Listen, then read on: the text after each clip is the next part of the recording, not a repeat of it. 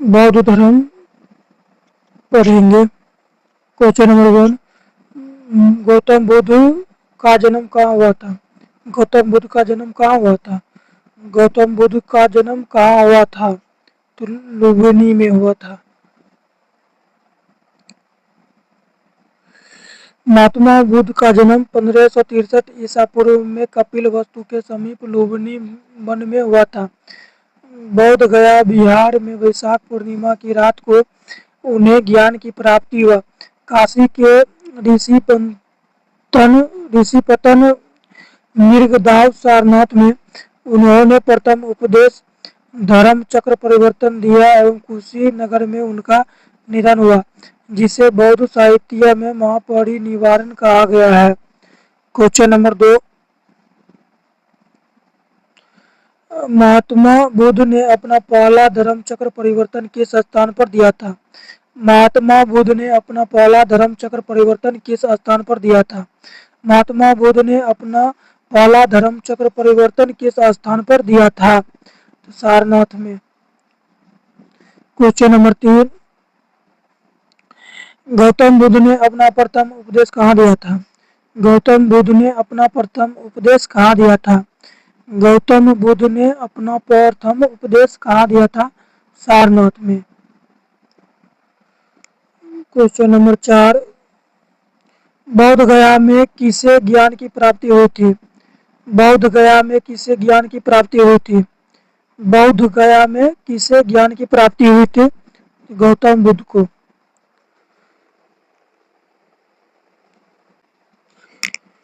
Question number 5, Buddha के जीवनी की 4 महत्वपूर्ण घटनाओं और उनसे संबंध 4 स्थानों का नीचे उल्लेख है। यह 2 स्तंभों 1 एवं 2 में अंकित है। आपको इनका सुमेल करना है। तो जन्म लुम्बिनी, ज्ञान की प्राप्ति बोध गया, प्रथम प्रवचन सारनाथ, निधन कुशीनगर में हुआ। इसका होगा सी। 1 का 3, 2 का 2, 3 का 1 और 4 का 4। जन्म लुम्बिनी, ज्ञान की प्राप्ति बोध गया, प्रथम प्रवचन सारनाथ, निधन कुशीनगर। क्वेश्चन नंबर 6, अजातशत्रु के शासन काल में प्रथम बौद्ध संगीति का आयोजन किस नगर में किया गया? अजातशत्रु के शासन काल में प्रथम बौद्ध संगीति का आयोजन किस नगर में किया गया था? इसका होगा राजगिरी में।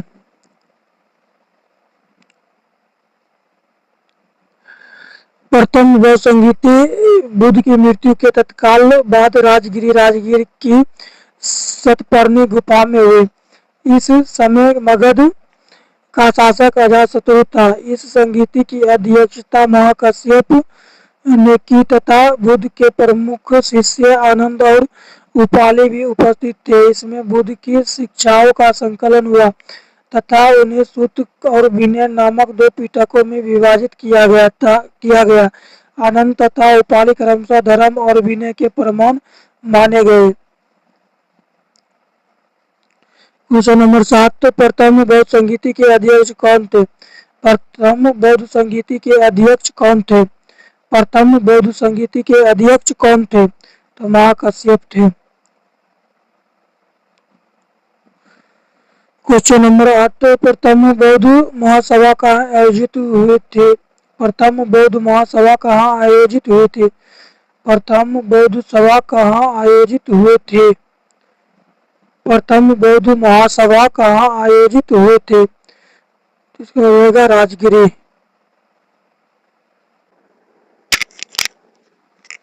क्वेश्चन नंबर 9, भगवान बुद्ध के महापरिनिर्वाण के बाद पहली बौद्ध संगीति कहाँ हुए थे? भगवान बुद्ध के महापरिनिर्वाण के बाद पहली बौद्ध संगीति कहाँ हुए थे? तो राजगीर में। क्वेश्चन नंबर 10, कनिष्क के शासन काल में बौद्ध सभा किस नगर में आयोजित की गई थी? कनिष्क के शासन काल में बौद्ध सभा किस नगर में आयोजित की गई थी? कश्मीर में।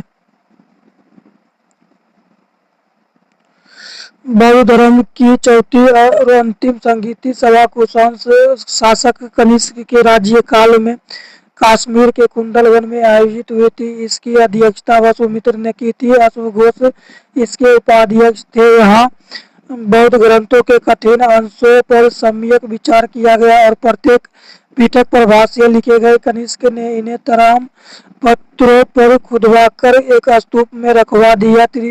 त्रिपिटक में लिखे गए इन्हीं भाष्यों को विभाषा शास्त्र कहा जाता है।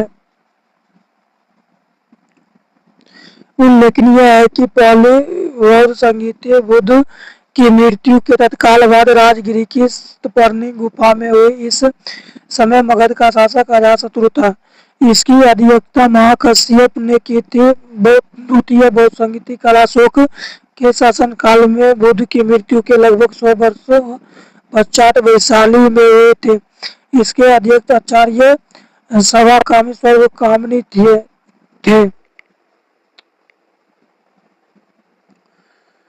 क्वेश्चन नंबर 11, इनमें से किस शासक ने चतुर्थ बौद्ध संगीति कश्मीर में आयोजित की?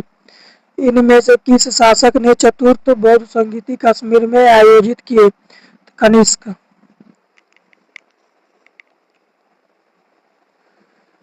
क्वेश्चन नंबर 12, अशोक के शासनकाल में बौद्ध सभा किस नगर में आयोजित की गई थी? अशोक के शासनकाल में बौद्ध सभा किस नगर में आयोजित की गई थी? तो इसका जगह पाटलिपुत्र में। सिन्हाली अनुश्रुतियों दीपवंश और महावंश के अनुसार अशोक के राज्यकाल में पाटलिपुत्र में मोगलीपुत्र तीतीस की अध्यक्षता में तृतीय बौद्ध संगीति का आयोजन हुआ। क्वेश्चन नंबर 13, तृतीय बौद्ध सभा किस स्थान पर बुलाई गई थी? तृतीय बौद्ध सभा किस स्थान पर बुलाई गई थी? तो इसका जगह डी पाटलिपुत्र में बुलाई गई थी।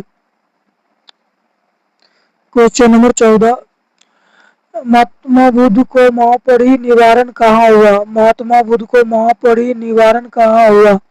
कुशीनगर में। महात्मा बुद्ध ने अपना पहला उपदेश सारनाथ में दिया। उसके पश्चात वे बौद्ध धर्म के प्रचार के लिए कपिलवस्तु, राजगिरी, वैशाली तथा कौशल राज्य गए। सबसे अधिक बौद्ध धर्म का प्रचार कौशल राज्य में हुआ।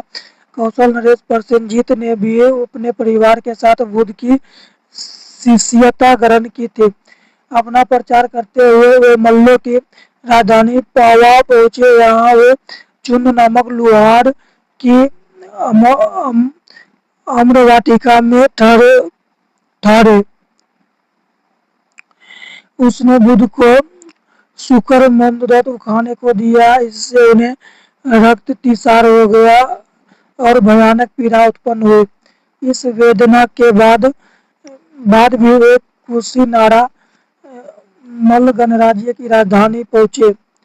यही थे 483 ईसा पूर्व में वर्ष 80 वर्ष की अवस्था में उन्होंने शरीर त्याग दिया।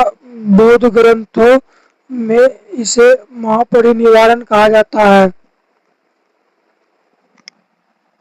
क्वेश्चन नंबर 15, त्रिपिटक किसकी धार्मिक पुस्तक है? त्रिपिटक किसकी धार्मिक पुस्तक है? तो बौद्ध का।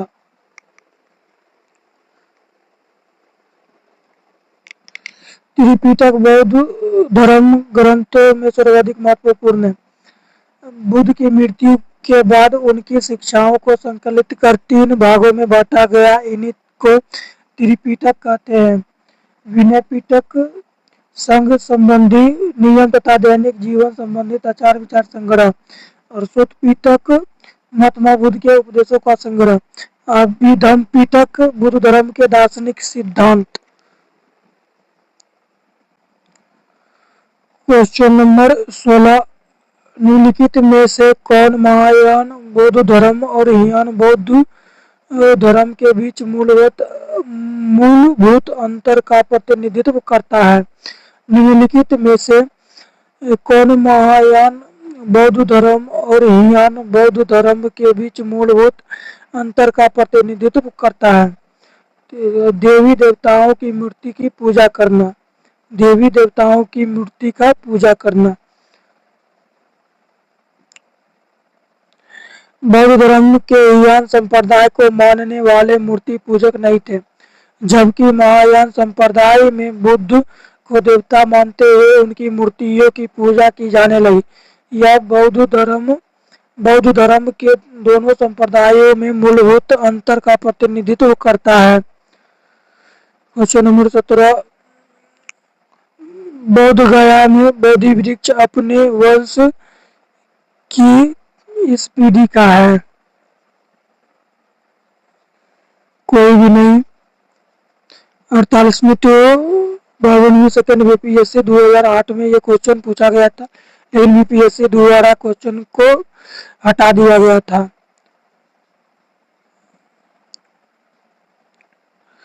महाबोधि मंदिर स्थित वर्तमान बोधि वृक्ष वह नहीं है जिसके नीचे बैठकर महात्मा बुद्ध ने ज्ञान की प्राप्ति किया था। वेनसांग के अनुसार उस मूल वृक्ष को 7वीं शताब्दी में सम्राट शशांक ने नष्ट कर दिया था। इसके बाद इस स्थान पर 2 वृक्ष रोपित हुए और नष्ट हुए। वर्तमान वृक्ष जिसे हम देख रहे हैं वह 5वीं पीढ़ी वृक्ष है जिसे अलेक्जेंडर कनिंघम ने लगवाया था। यह वृक्ष पूरी तरह संरक्षित है और केवल इससे गिरी हुई पत्तियों को ही छूने एवं उठाने का अधिकार है। एक अन्य तथ्य के अनुसार यह वृक्ष क्रमशः 2 बार सम्राट अशोक, 1 बार पुष्यमित्र शुंग, 1 बार पूर्व वर्मा तथा अंत में कनिंघम द्वारा लगवाया गया। अतः यह 6ठी पीढ़ी का वृक्ष है। बिहार सरकार के पर्यटन विभाग की वेबसाइट पर इसे 5वीं पीढ़ी का बताया गया है। तथ्यों में विवाद होने के कारण बिहार लोक सेवा आयोग ने इस प्रश्न को मूल्यांकन से बाहर कर दिया गया था। क्वेश्चन नंबर 18,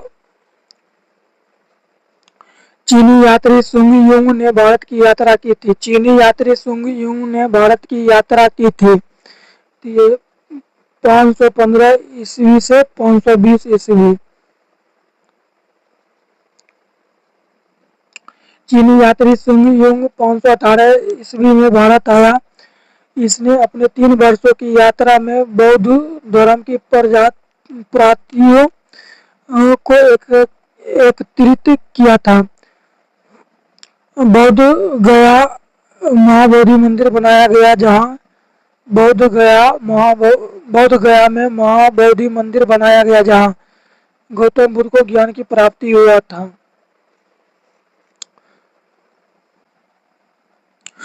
बौद्ध गया में 6 वर्ष की साधना के पश्चात 35 वर्ष की आयु में महात्मा बुद्ध को वैशाख पूर्णिमा की रात को पीपल के वृक्ष के नीचे ज्ञान की प्राप्ति हुआ। इस स्थल पर मंदिर का निर्माण सम्राट अशोक ने 3री शताब्दी में प्रारंभ किया, परंतु इसका वर्तमान स्वरूप 5वीं 6ठी शताब्दी में निर्मित हुआ।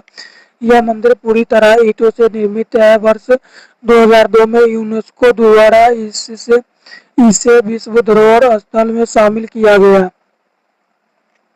क्वेश्चन नंबर 20, गौतम बुद्ध को एक देवता का स्थान किस राजा के युग में प्राप्त हुआ? गौतम बुद्ध को एक देवता का स्थान किस राजा के युग में प्राप्त हुआ? कनिष्क। कनिष्क के शासनकाल में संपन्न चतुर्थ बौद्ध संहिता में बौद्ध धर्म हीनयान एवं महायान नामक 2 स्पष्ट एवं स्वतंत्र संप्रदाय में विभक्त हो गया। महायान शाखा में बुद्ध को देवता माना गया तथा उनकी पूजा की जाने लगी। इसी के साथ अनेक बोधिसत्वों की पूजा भी प्रारंभ हुई। क्वेश्चन नंबर 21,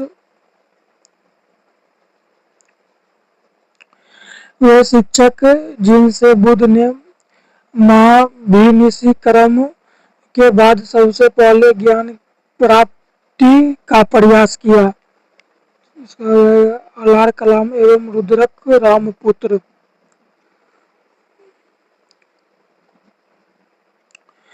महाभिनिषीकरण के बाद ज्ञान की खोज में महात्मा बुद्ध अलार कलाम के आश्रम में पहुंचे तथा उनसे दीक्षा ली। अलार कलाम के आश्रम में उन्हें तपस्या की, किंतु वे इससे संतुष्टि नहीं हुए। अलार कलाम संख्या दर्शन के आचार्य थे तथा अपनी शक्ति के लिए विख्यात थे। अतः अलार कलाम एवं रुद्रक रामपुत्र से महात्मा बुद्ध ने पहले ज्ञान प्राप्ति का प्रयास किया। क्वेश्चन नंबर 22, भारतीय कला में स्तूप, चैत्य और विहार का निर्माण निम्नलिखित में से किससे संबंधित है? भारतीय कला में स्तूप, चैत्य और विहार का निर्माण निम्नलिखित में से किससे संबंधित है? बौद्ध धर्म से संबंधित है।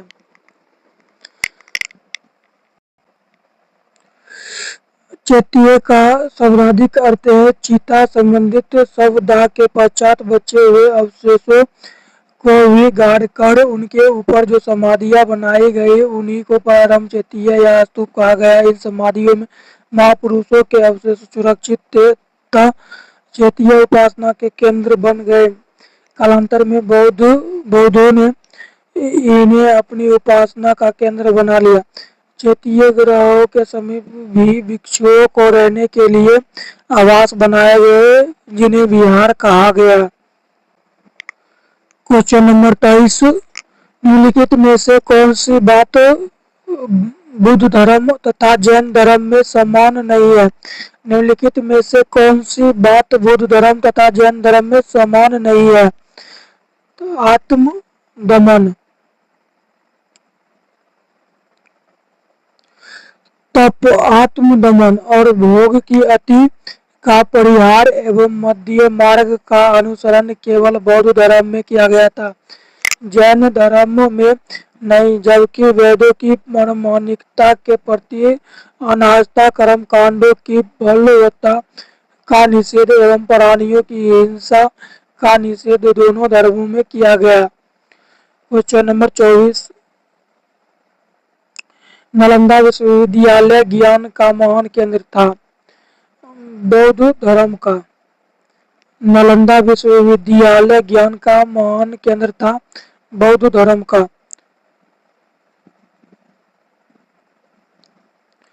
नालंदा विश्वविद्यालय बौद्ध दर्शन के अध्ययन के लिए विश्व प्रसिद्ध था।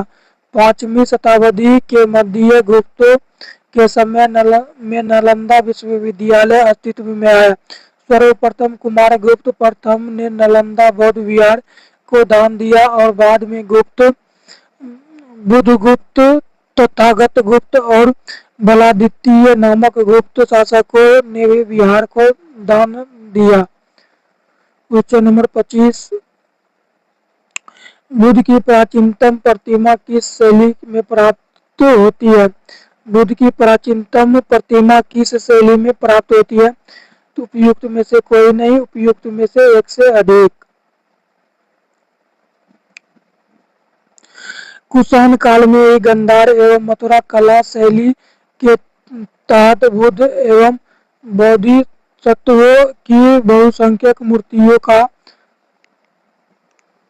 निर्माण हुआ। वी.एस. अग्रवाल के मतानुसार सर्वप्रथम मथुरा में ही बुद्ध मूर्तियों का निर्माण किया गया, जहां इनके लिए पर्याप्त आधार था। सांग के विवरण के अनुसार बुद्ध की प्रथम प्रतिमा कौशाम्बी में बनी थी, परंतु अनेक विद्वान महात्मा बुद्ध की प्रथम प्रतिमा के निर्माण का श्रेय गांधार कला को देते हैं। अतः निश्चित तौर पर यह नहीं कहा जा सका कि बुद्ध की प्रथम प्रतिमा कहाँ बनी है। क्वेश्चन नंबर 26, विश्व का सबसे ऊंचा कहा जाने वाला विश्व शांति स्तूप बिहार में कहाँ है? विश्व का सबसे ऊंचा कहा जाने वाला विश्व शांति स्तूप बिहार में कहाँ है? तो राजगिरी में। विश्व का सबसे ऊंचा कहा जाने वाला विश्व शांति स्तूप बिहार में राजगीर की पहाड़ियों 400 मीटर की ऊंचाई पर स्थित है। नेक्स्ट वीडियो में जैन धर्म देखेंगे।